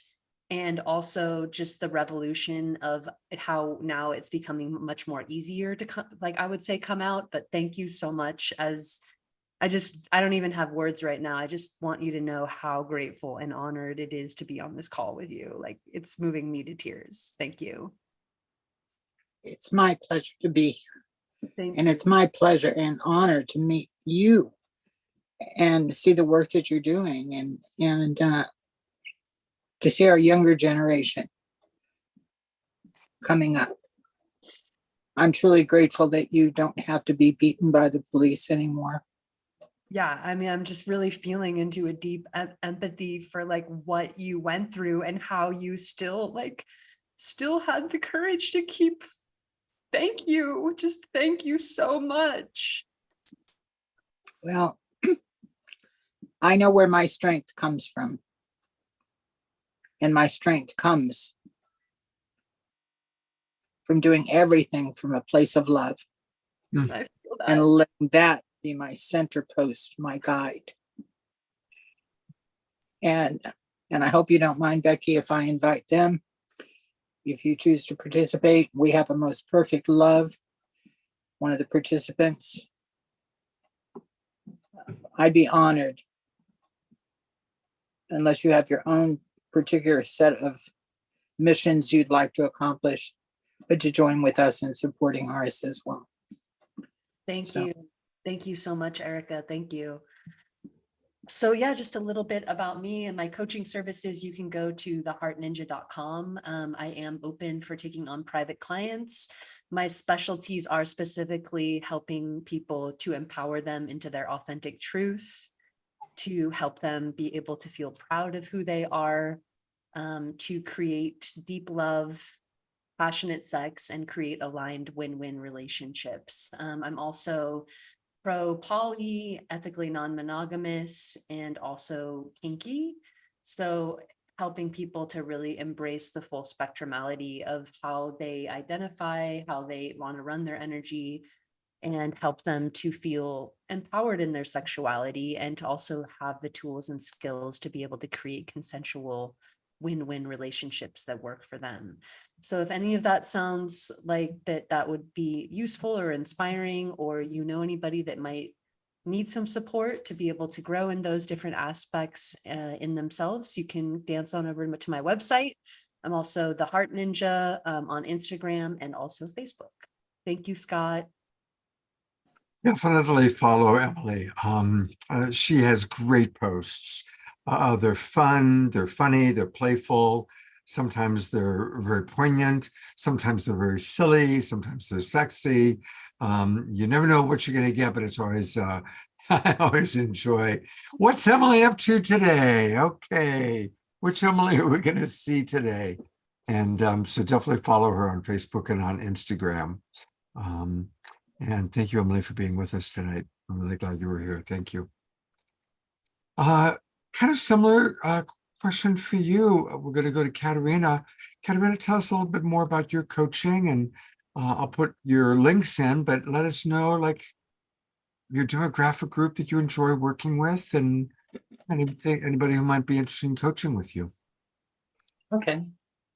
Yeah, and I would like to say thank you to Erica and her husband too. I think that was something I was going to mention, is just how the people who surround us with love and openly accept us. And that to me this is something I really work with people that I coach, is I think a fundamental human belief that's common to a lot of us is that fear that if we actually show ourselves completely, fully naked, vulnerably, and we show the world who we truly are, that people will run the other direction. And that's like the beauty of this life, is being able to show up fully and meet people who will love us and accept us. So I work with, in terms of coaching, I have gender integration coaching, which can look anything like a full transition externally and moving from one gender box to another, or finding more of a non-binary two-spirit approach, and also just working with people who don't necessarily require an outward manifestation to their gender expression, the change in that, but wanting to feel more internally free. And then I coach people on some relationship issues. I'm polyamorous and ethically non-monogamous, so I do some of that type of coaching, as well as personal transformation. I've found that the process of coming out and taking aspects of self and then saying, oh, I like this, I don't like that, is really the foundation of all personal transformation. It's sort of the same kind of phoenix and rise again process that we go through as humans, as we evolve and grow and change into the beings that we are. And then I also do somatic touch-based therapy. I live in North San Diego in Carlsbad, and I sometimes travel, so I'm available for video sessions that way. And I do a lot of hands-on healing sessions, tantric energy healing. And so I love that work. And I can be found at KaterinaPhoenix.com, which is the same as thesacredqueer.com. And thank you all for allowing me to speak tonight. Here is her website, KaterinaPhoenix.com, mentoring and coaching, and she does it both virtually and in person. Carlsbad is just north of San Diego. I have a lot of friends and clients down there, as a matter of fact. And I see that you also do Reiki healing sessions. So go to KaterinaPhoenix.com, KaterinaPhoenix.com. You can learn more about what she offers, and definitely subscribe, I just did, to receive more content from her. Clearly you are going to be a great and important spokesperson, Katerina, for this field. I want to acknowledge that. While Emily was talking, I didn't get a chance to show her website. So I'm going to do that right now for a moment. And Emily's website is theheartninja.com. Theheartninja.com. It's a great website. And again, just like I did with Katerina, where I registered, do the same. Give your name and information so that Emily you can follow her and she can get back to you. And she offers a lot of really wonderful things. Here you see the many different looks of Emily Oram and all the different things that she provides. Thank you again, Emily. And I'm going to bring Emily back up for a moment. A question for both of you. You both mentioned the words ethical non-monogamy. And people are wondering, what is ethical non-monogamy? What does that mean? Want to go first? Sure. Okay, let me see. I'm going to start my video. Okay, sorry. I was married for 22 years in a very traditional heteronormative monogamous marriage. And when I transitioned, it began the shift of that marriage to no longer exist. And the first person I met actually was a tantrika named Kamala Devi. We met on Tinder and started a relationship that way. And the very first thing they told me, one of the first things they said on our first date was, if you're monogamous, this isn't going to work. And I thought, well, dating has changed a lot in like 20 something years, you know? And at first, you know, it's taken me, that's been a hard one to come out as, because I had a lot of judgment around it for myself, you know, like, how can I be this way and feel good about it? But it's like, I consider myself polyamorous, and I focus on the love aspect. So to me, I want to be able to love more than one person. And I've had a lot of affairs of the heart and a lot of affairs of the mind, or just speaking. So, you know, I mean, I've people that I just love speaking with, and it doesn't always manifest sexually. And even in my poly relationships, it's not really about the sex. It's about being able to connect authentically and fully and deeply with people in more than kind of a hamstrung way, which is sometimes how I felt when I was in a monogamous marriage, where if there was, say, a woman that I wanted to become friends with, it could evoke jealousy. And it's allowed me to navigate in a way with people that feels really alive and vibrant and has a lot of integrity, because it, again, is kind of like being queer, in that there isn't necessarily a prescribed rule book for how relationships like that look. And so it's a create your own relationship as you go dynamic. And to me, it's got to be based on ethics and principles, and a lot of integrity and a ton of transparency. And those are all key factors that typically were missing or would go missing over time in the previous monogamous relationships I'd had, simply because they kind of followed a prescribed way of being, instead of continually having to bring into question the integrity of what I'm doing, because it's a co-created thing. So I love that relationship style, in that it just buys a lot of freedom and a lot of personal power. Thank you so much, Katerina. Thank you so much for sharing that.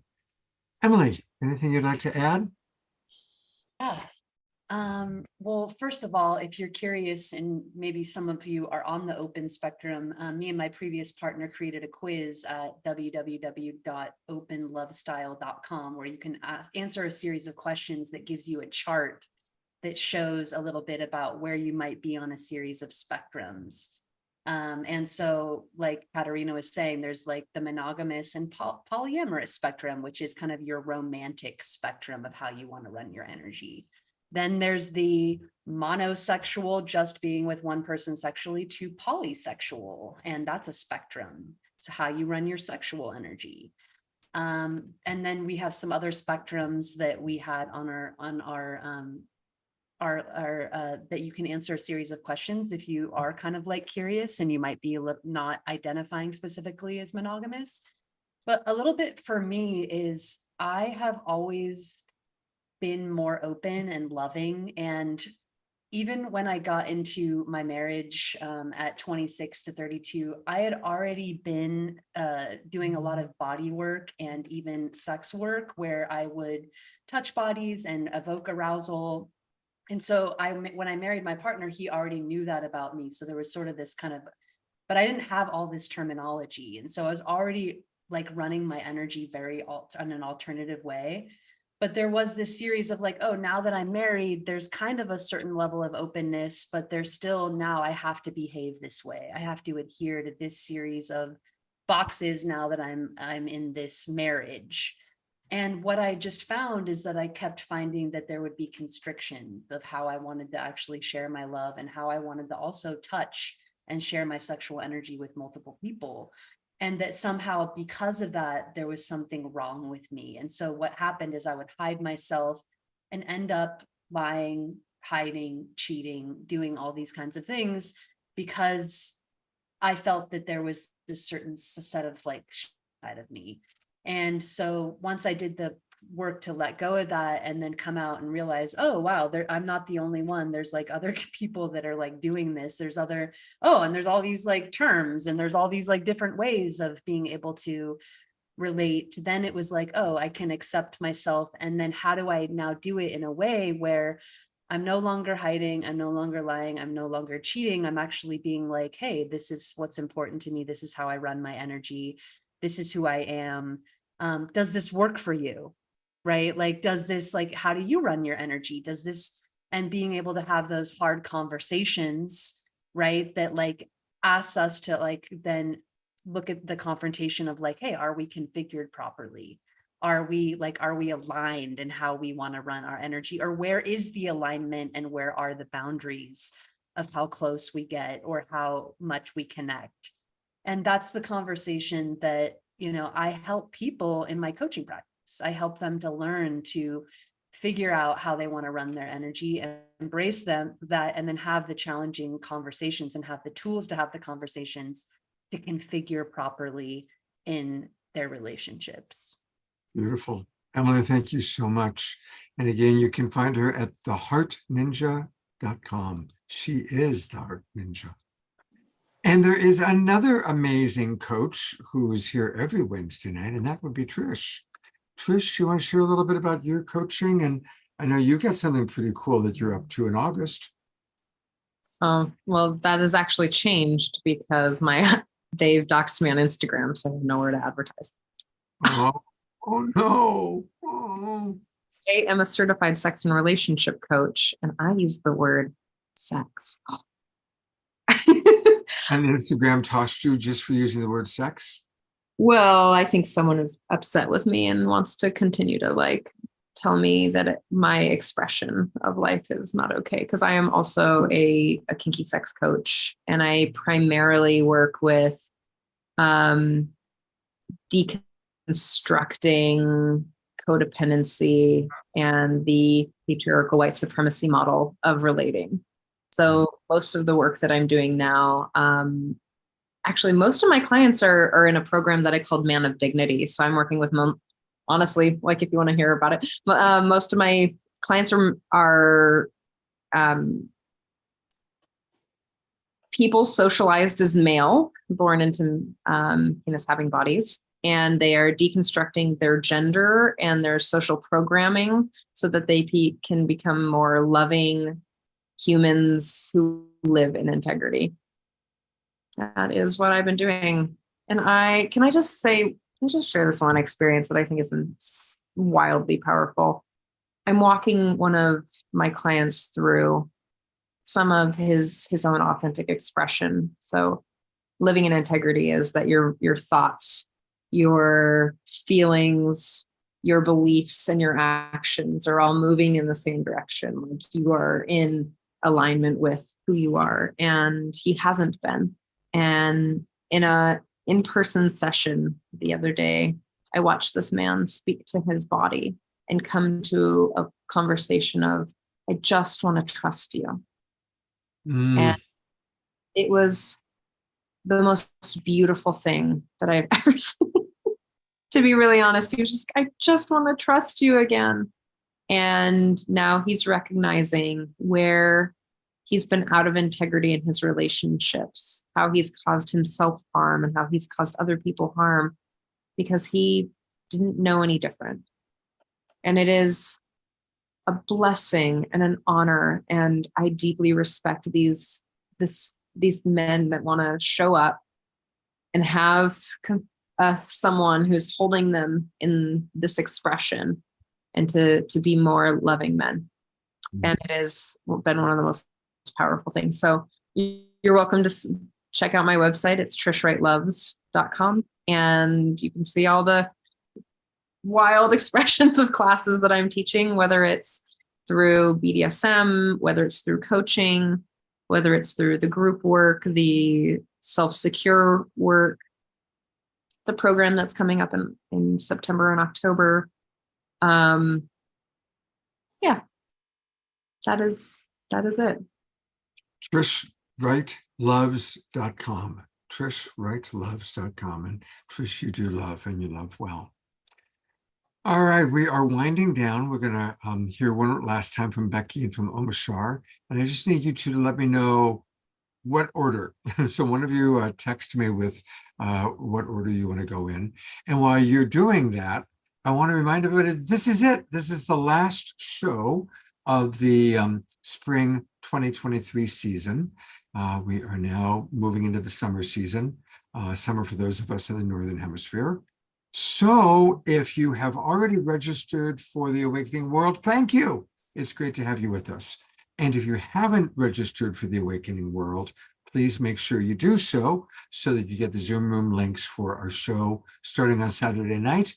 And this Saturday night show, like pretty much all of our shows, is going to be a good one. It's going to be all about manifesting. Here we are coming into a new season, summer for most of us, winter for some.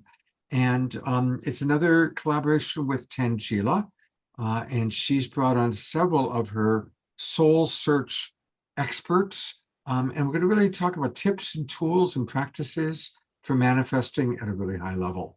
And Omashar will be with us playing music. And then we also have another fellow, I don't know his music. He came to us through Tangela, named Presence, who's going to create some music for us as well. So it's going to be on Saturday night. And then on Sunday, Omashar and I are going to lead a community conversation. And we are going to focus on really supporting some of you to create your mission. What do you want to accomplish? How can the Global Peace Tribe support you? That's going to be our show on Sunday. So join us for the Sacred Sunday show. All right. It's wonderful. God, I just loved this show. This is one of those shows that I want everybody on the planet to see it. And we are going to go to Becky for a closing experience. Yeah, thank you so much, Scott. Thank you, everyone, for your beautiful hearts and your shares.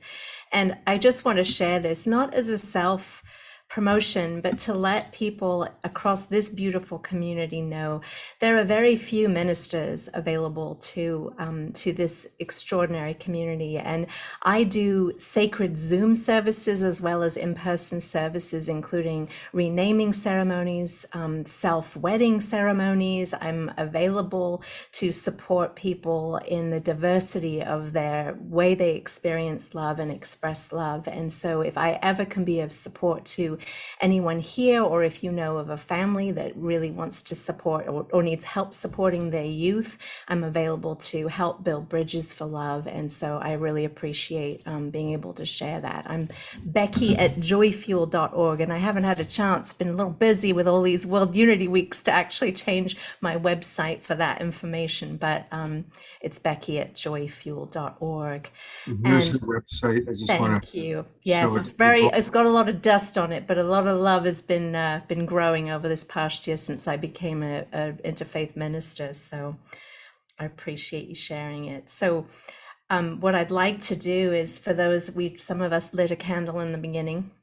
And so I'm going to share this beautiful offering from one of my teachers, Rev. Deb Berman, who is the founder of Pride Ministry.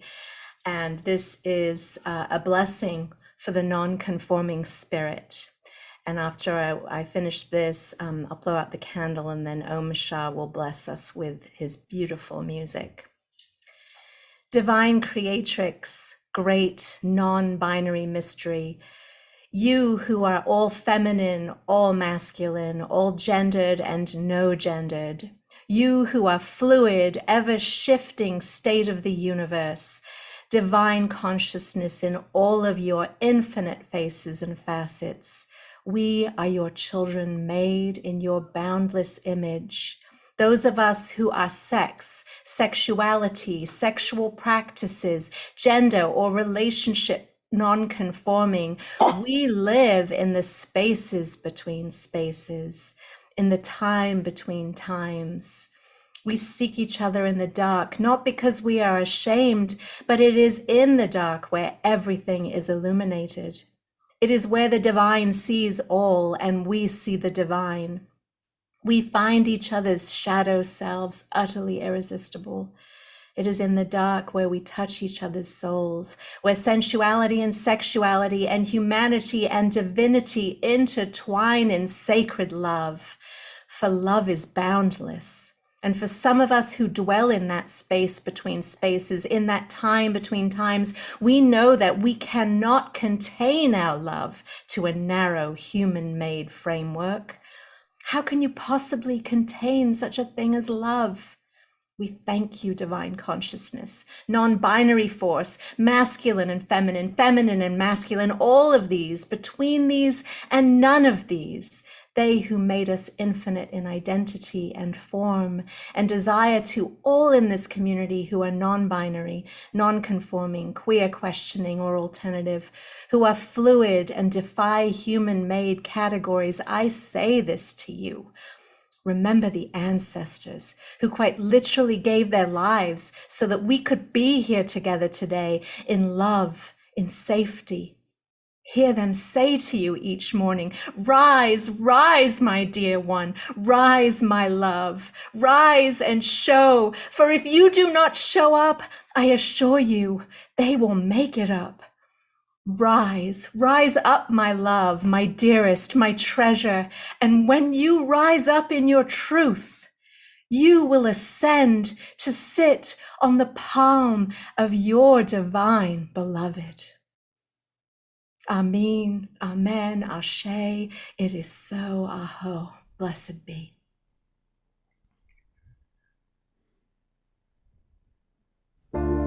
Please show me how to reach you.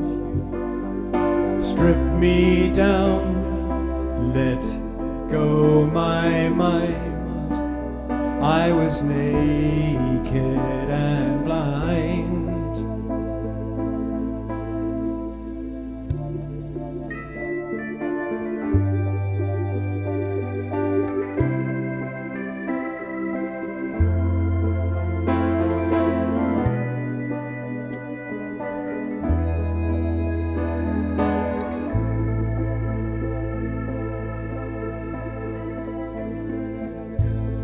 I'm finding it harder holding on to what's gone. Then there's the future. What if we never get that far? I know it may sound crazy if I say not much is real. Tell me inside, how do you feel?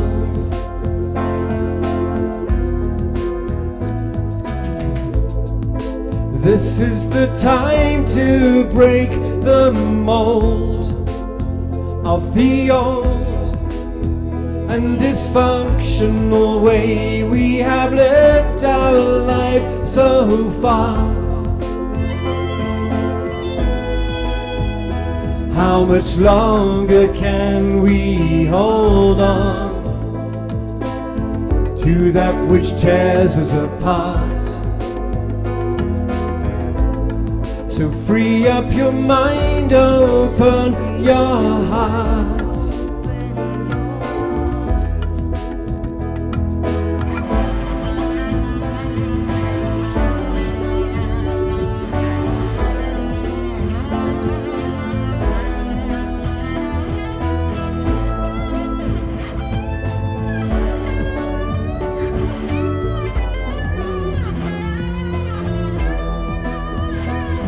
No longer can we hold on to that which tears us apart. So free up your mind, open your heart.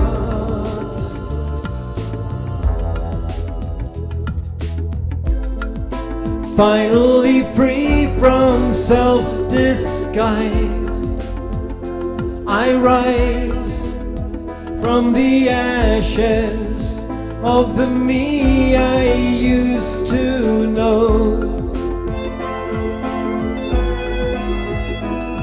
You know that I am a dreamer, and I would like you to see that I am dreaming a new reality.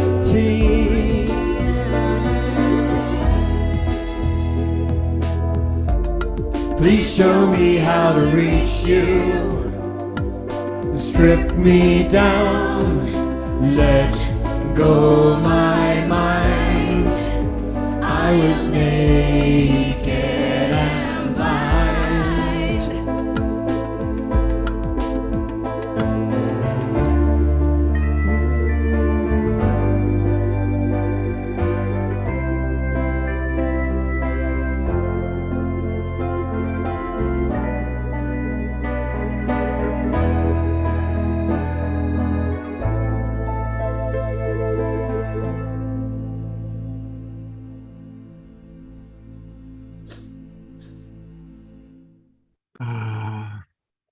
Thank you, beloved Shaw. Thank you so much. That was a beautiful song.